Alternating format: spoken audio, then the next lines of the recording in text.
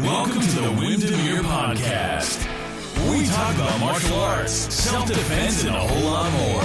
And now your host, Demeere. Hello everybody, welcome to episode 36 of the podcast. I've got a bunch of stuff to go through, so I am going to do the shout out, give you a couple of updates of stuff that's been going on, and then talk about the main topic about arguing and discussing in the martial arts and self-defense world. So, first off, shout out to Nishan David, who's been one of my patrons for a long time.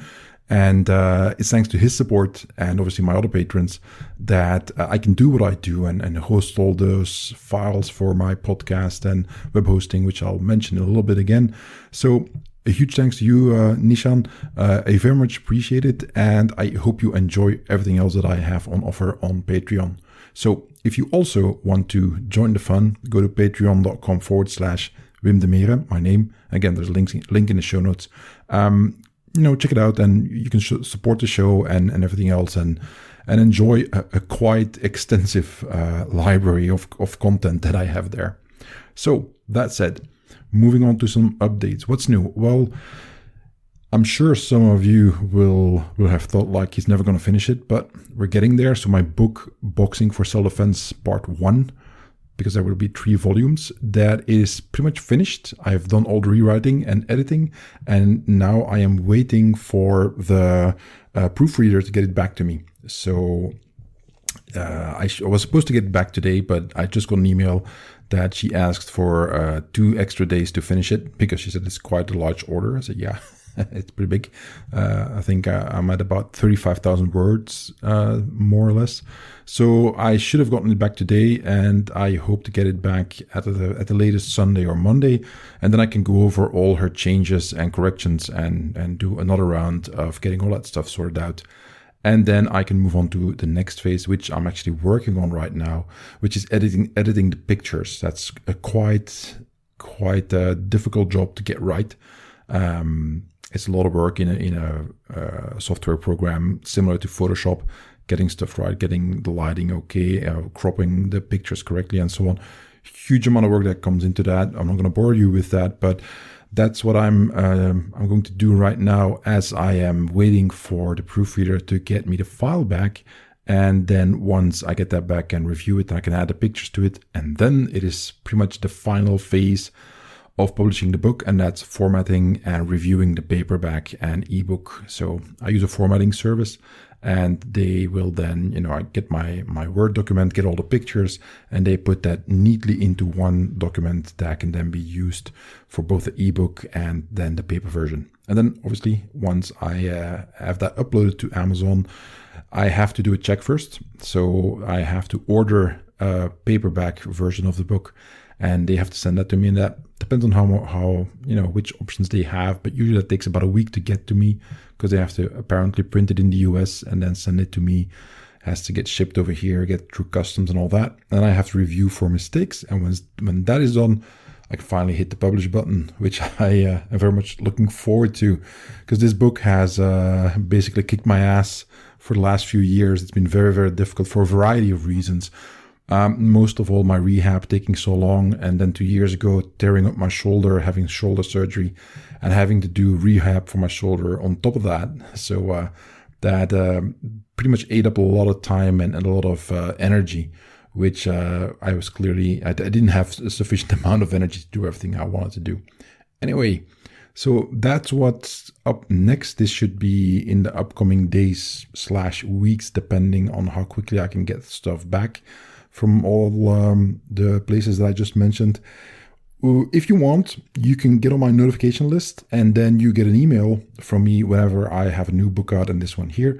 And you go to wimdemeere.com/notification, sign up with your email. Don't forget to click on the link in that welcome email that you get, because otherwise you're not on the list and you won't get anything. And usually what I do is that when I have something new coming out, the people who are on my list, they will get some extra benefit, an extra discount or something along those lines. And obviously my patrons also get they get some extra love from me as well when I release new products. So that's what's up with the book. Now, What else has changed? Well, last month I upgraded my blog to a higher plan with my web host because they let me know, like, dude, your traffic's been going up consistently over the last half year. And they're really good about that. I'm with Flywheel is the web host. And they don't charge you for when you go higher than the plan that you're on. But, after several months of that, they said, look, you're going to need to upgrade. So I did. I'm now in a higher plan. Again, all thanks to my patrons who make that possible, because it's quite expensive, obviously. And now the site is faster, and it can also handle those spikes in traffic a lot better. So that's what changed, and that's a huge relief for me that they don't throttle my website when there's a spike. This is one of the biggest reasons why I started with my Patreon to just finance all the different kinds of issues that you run into when you want to host a blog or a website that gets quite a bit of traffic. I used to be with Bluehost, and Bluehost just dropped the ball like you wouldn't believe and made it impossible for me to stay with them. And then when I tried to get away, they made it impossible for me to respect them because they kind of ripped me off. And anyway, long story short, I'm very happy with Flywheel. If you are looking for a web host, give them a try. It's for managed WordPress sites. It's not cheap, but on the other hand, the service is great. Never had any issues in the last few years that I've been with them. And also, it is just very easy to work with. So that's what happened a few weeks ago. And then final update. So next episode, I will do, I actually already recorded it, but I will release my episode with Randy King from Randy King Live. If you don't know who Randy is, look up Randy King Live, and you'll see that he's got a bunch of stuff. He's with Violence Dynamics, does his dirty boxing stuff, and I mean loads and loads of programs that he has. That was a fun discussion. Randy's high energy, and he's always in a good mood. So that was a fun discussion that we had in the talk, and he shared a lot of interesting information. There will also be a bonus episode on Patreon, and that's you pay $5, you get access to a lot of bonus content. And I will release that right after the episode with Randy King goes live, because what I did is I had quite a bit of questions myself that I wanted to ask Randy, and then I took some questions from my patrons, and that's what goes into the bonus episode. So that's all the updates that I wanted to give you guys. That's quite a bit. So now moving on to the main topic that I want to talk about in this episode, and that is discussing martial arts and self-defense. Now, I've been in the martial arts for about 35 years now, and I'm old, I'm 47. So what that means is that I remember a time before the internet, which many people nowadays can't remember, which my kids, they don't like, what does that mean, no internet? So I grew up in a very different era, and it's 2019 now. We have social media, which is just all over the place, and it's a huge part of most people's lives. It also drives a lot of the discussions and so on, and the narratives that exist, and it's pretty crazy, some of the things that happens. I mean, it's one of the reasons why I have a no politics policy on my Facebook page and all my social media, is because, nowadays there's no discussion anymore. It pretty much always devolves into shouting matches and insulting each other and so on. So it becomes pointless. There's absolutely no reason why you should do that. It's very much pointless. For me personally, it's come to the point where I will not discuss much anymore publicly with people if I don't know them personally. I do not discuss politics with anybody I don't know personally, and it has to be face-to-face, and I have to trust them a lot. And there's only a handful of people on this planet that qualify, and they know who they are. Now, some people think that, well, that's not healthy. I'm like, okay, well, that's your opinion. That's perfectly fine. I just don't see the point. I do not want to waste my time doing that kind of stuff, discussing in a way that is just not productive at all. I'm getting too old for that. I'm becoming a grumpy old man. So why would I do things that annoy me? For those of you who are old enough, I know what a flame war is. Nowadays, I think that term isn't even used anymore. But look up flame war if you don't know what it is. And I was in my fair share of those way back in the day when the internet was in its prehistoric stages. And it was, for those of you who might remember, there were a couple of tech websites like Tom's Hardware Store and Anand's, where they had forums and they were talking about video cards or processors, huge discussions about AMD versus Intel, or nerd stuff like that. And I wasn't involved in those, but in other places. When I was much younger and the internet was new, I remember those days. So what you have then, the way I remembered it, or at least from my experience, there was discussions and it got heated and people started shouting at each other, but they were shouting at each other with arguments. And now what I see mostly is people just not even having arguments. It's just there's like, you're wrong, you're a racist, you're this and that. And it's just a lot of ad hominem and insulting without any decent argument, or without being honest in the way that they discuss. So I don't see the point. I don't do it anymore. However, that doesn't mean that discussion is impossible. I believe that in this day and age, there's a tremendous need for discussion, actually. We should have a lot more discussion than we're having right now, as opposed to the shouting matches that we seem to have now. And that's a huge issue. That's an enormous issue that I think our societies, whether it's in the US or in Europe, doesn't really matter. Our societies desperately need that. But what would that look like? And that's what this podcast is about. And I picked this topic because there was a couple of things that happened together in a very short amount of time. And that kind of had me thinking about communication and how to argue and how to discuss things. So let's talk about the first one. And this all revolves about my position that what you need to learn is that you need to discuss honestly and keep your ego in check. I'm going to repeat that. Discuss honestly and keep your ego in check. If you can't do these two, then there's no point. You don't want to discuss. You want to beat somebody up verbally. You want to win. You don't want to learn. You don't want to grow. It's about winning. It's fine if that's what you want to do, but that's not a discussion. That's something different. So, first thing that happened is that a little while ago, a friend of mine, Jerry, he's a teacher. He teaches in high school, and I think it's the beginning of the school year, and they were going to do something about communication and so on. And he said, maybe jokingly, he said, or like, you should do a video about, how we got to know each other and became friends. I said, okay, what do you need? And I made a video, and I'll put the link in the show notes so you can see. It's about 15 minutes. And in that video, I talk about how we got to know each other. And at first, it was very much in a negative way, mostly on my part. I was much younger then, and a lot of the stuff that I talk about now, I wasn't able to do. So, which is why I always am a little bit cautious in condemning people for not being able to discuss correctly, because I for sure wasn't able to do it when I was younger. So who am I to blame others, right? Anyway, we had a very heated discussion about martial arts, and we came in with different points of view. And it took so long because I'm a very stubborn person. And when I latch onto something, I have a difficult time letting go, in the sense that you're really going to have to convince me that I'm wrong.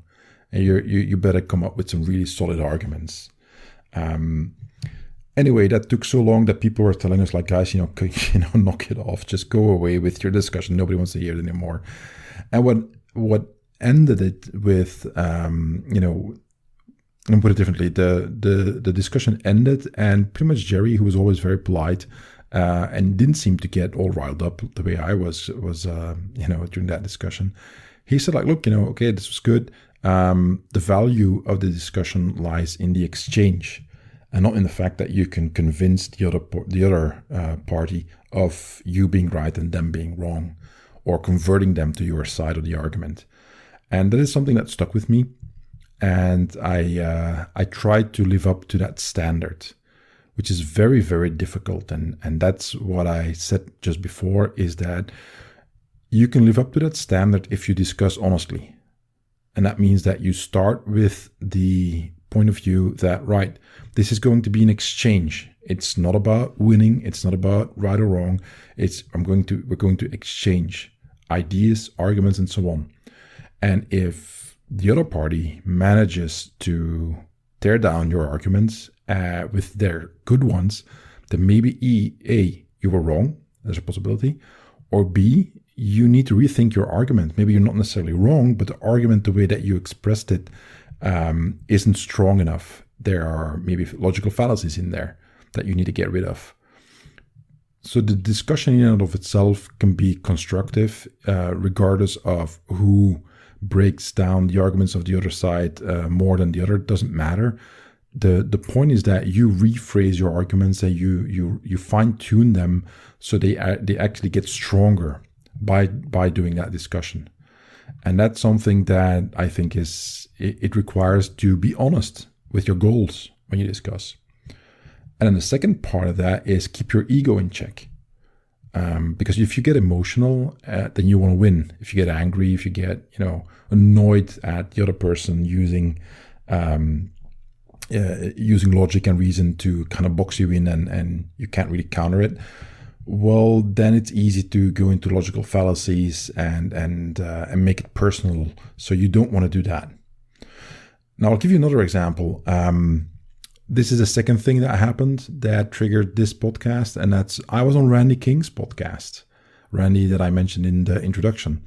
And he's got this interesting new format for a podcast, Randy King's Live podcast, and it's just his goal is like, okay, let's bring good discussions back to the whole self-defense and martial arts world, which I think is a good idea. And the goal of that podcast is, right, so here's a subject, here's a topic, and you pick a side. He picks a side, you pick a side, and then you argue from your side. So, and the topic that we had was, do you need experience with violence to be a teacher, a self-defense teacher or whatever? And I said, I picked the side, yes, you do. And Randy picked the side, no, you don't. And then we prepare for the discussion, and we try to get the best arguments. We try to prepare to counter arguments the other side will have. And that way we can then have a good discussion that everybody can then learn from. Everybody can then pretty much figure out like, okay, that's a good point. That's not a good point. Or I think he's really missing something here. This is what I would say, and so on. And then we get what I just explained a little bit ago, is that you rephrase your own opinions, your own arguments to support them in a way that either strengthens them or weakens them, which means that you either have to start strengthening them again, or you might actually change position. And then you do so because you are convinced to do so, and not because somebody shamed you into it, which is, again, the second part of what I said before. Not only do you have to discuss honestly, but you have to keep your ego in check. And that's the whole point, I think, with Randy's podcast, which is a good thing that I think people can listen to that and see that, it's perfectly possible to argue very, very different positions, completely in opposition to somebody else, and get along just fine afterwards. Now, the interesting part with Randy is that, so we both pick a position, but that isn't necessarily the position we have in real life. And he has a bonus episode then, which is always recorded right after the discussion goes on, which he puts on Patreon also. And then the guest and Randy discuss, well, this is what I actually think. And then you get to hear what the guest and Randy are actually on about. And then you see almost always that it's going to be a lot more nuanced. There will be parts where they agree with the opposing party, or parts where they disagree, and they will explain why. But during the podcast itself, during the argument, basically, you don't do that. And I had a tremendously difficult time doing that because I haven't done any debating in I can't remember how long, years and years and years. And usually, as you guys know, I have a pretty nuanced position on things. I don't believe things are black and white. They sometimes are, but rarely. It's much rarer than you might think. And I always try to look for, what would be exceptions, what would be nuances, what would be ways in which that what seems obvious actually turns out to be less so. I think that's where the true knowledge lies. Not what you see right away, but what is a little bit hidden in the dark and what might be counterintuitive, but that's where you actually learn more about that subject. So anyway, that's what you do on a podcast like Randy's. And if you talk to people and you decide to do this as an experiment, or you're in the debating team in school, whatever, you learn to argue. That means you stake out a position, you research, you prepare, and then you argue it. And a really good exercise is then switch sides. So where your opponent beat you up, you try to beat them up with those arguments, and where your argument was strong. So if you have to debate the other side, you're going to have to figure a way around that one. And this leads me to something else, and that is I learned this from Barry Eisler from talking with him. He's one of the very few people that, like I said, I will talk politics with. And he said steel man the argument. And that's the opposite from a straw man. So a straw man is one of the logical fallacies in which that you rephrase the argument of your opponent in a way so that it doesn't represent what he actually said. It's something else. And then you knock it down. But you didn't knock down what he said. You knocked something down that he didn't say because it's easier to knock it down that way. Now, Steelman is the opposite from that, and that is you try to reformulate the point that the opposition takes, but make it the best possible version. So make it as strong as possible, and then you try to knock it down. I think that helps you learn, because you have to think it through really, really well and avoid a bunch of logical fallacies in your own arguments, which is very easy to roll into because we're human and we all make those mistakes. But if you are up against the best version of his argument by default every single time because you put yourself in that position, then I think you get much better at reasoning correctly and honestly, which is the next point, is that because you attack those arguments in their best form, if you succeed, then, well, it's much more likely that you're right or that you're on the right track. So in that regard, I think it's well worth it to go about it that way. And the tricky part is that obviously we're all human, so emotions tend to run high, and it's difficult to admit that you're wrong, not only to yourself but also to the person you're arguing with. But I believe that it's a critical skill to master, because not doing so, that's going to inflate your ego way, way too much, which always ends up in trouble somehow in your life. But on the other hand, it also will undermine your confidence in a sneaky way. And here's the thing, you actually know you're wrong. You didn't want to admit it to the other guy, but you actually know. And that means that, well, maybe you're not as good as you thought you were. And you can try to hide it from other people, but you know. It takes strength to admit that you're wrong. It takes strength to admit that you don't know something. And then it takes a lot of work to fix those issues. But that's what, in my opinion, is what it's all about. That's the point of arguing. So you can do those things. Now, generally speaking, I abhor people who use their wit to insult and humiliate others. And one of the ways in which they do that is ad hominem. So that's you attack the person. They do so by being snarky. They insinuate stuff. Or they flat out insult you. And when that happens, I bow out. Because at that point, there's no point in arguing anymore, because the other party is about emotion and ego. So their rational discussion is out the window.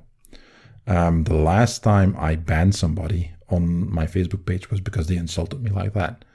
And then I tore into them because there's a lot of things that I am willing to tolerate, but that's not it.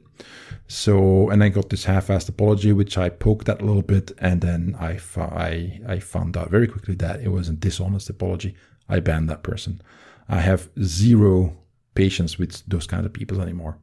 If you show up to my place whether it's online or in person, and your point is to actually insult me, then you're talking to the wrong guy. I'm going to ask you to leave and you will not return. I think this is a very normal thing to do. Most people would react in a similar manner. And we all have our lines that we don't let other people cross. So when the discussion goes to that level, it's best to bow out, in my opinion. Because, again, there's no point to it.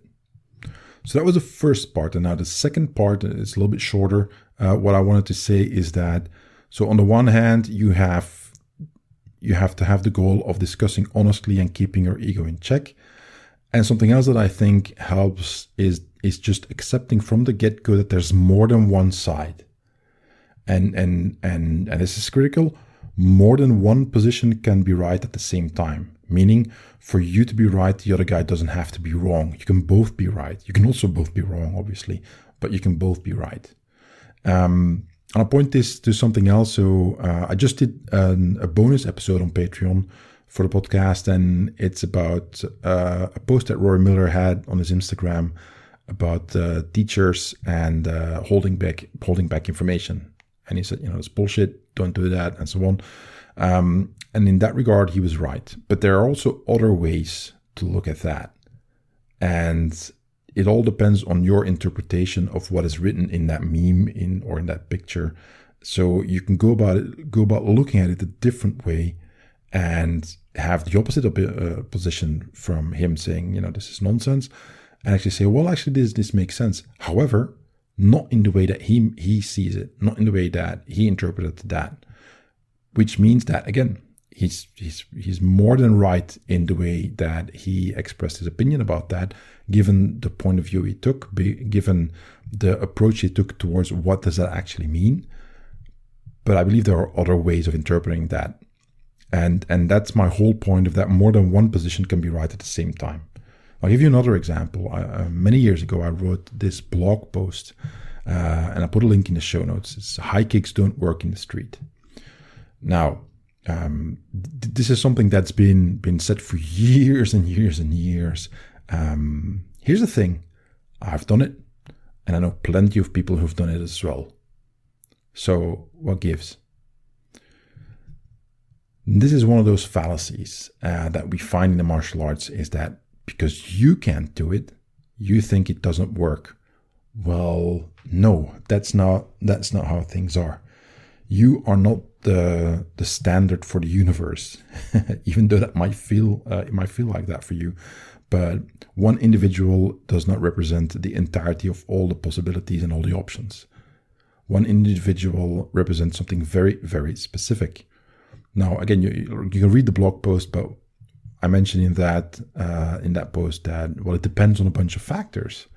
And I'll take myself an example. When I wrote that back in the day, I was still able to just do a high kick without needing all the stretching and warm up and so on, and pull that off and make it an effective technique. Now we're many years later, it would be a lot more difficult. I wouldn't even try it. I've got a bunch of injuries. I had still not finished with my rehab, even though it's better. So I wouldn't try it. That's not a technique I would pick. But way back when, or during my competitive days, I wouldn't have hesitated if it were the appropriate technique for the given context that we're in. Now, here's the thing. This is me, and this is, let's give or take 10 years between both situations. And 10 years ago, I would have said yes, and now I say no, I wouldn't do it. So that is a nuanced position. So there's more than one side for me in this debate, only speaking about myself, let alone speaking about everybody else. So why would I condemn people who do that?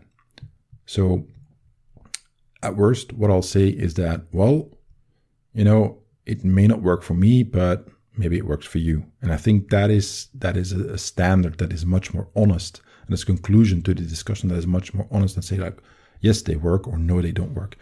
Well, depends on you and depends on a bunch of other factors. And this is something that my students hear me say a lot when I'm teaching. And I show a technique, let's say defense against a big haymaker, and I want them to move to the inside, check the incoming punch, at the same time check his other hand, reposition at an angle and then do the technique. And let's say that they get the angle wrong. Now, what they very often hear me say is like, look, it's not that this can't work, but for what I want you to do next, it's going to be more difficult, or it's going to be a little bit slower. And that's going to make it more risky. So I want you to do it like this, and then I show the correction. And my students have heard this over and over again when I say that, it's not wrong, but this isn't what I'm showing you right now. And I got into that habit just to avoid that people think that, I've made this work, or I know I can feel that this works. Why is he correcting me? And that brings me back to the point that I just wanted to make about this here is that, again, we can both be right. He can be right in that my student could say like, well, I've actually done this. A guy tried to punch me and did it like this and it worked fine. And I can accept that.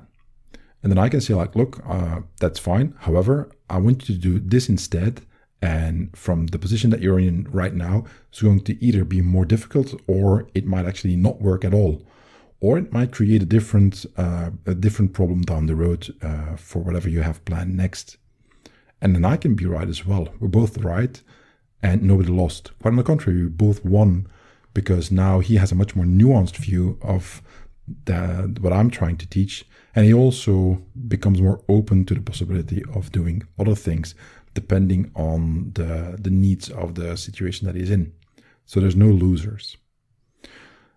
So that's pretty much it, what I wanted to say.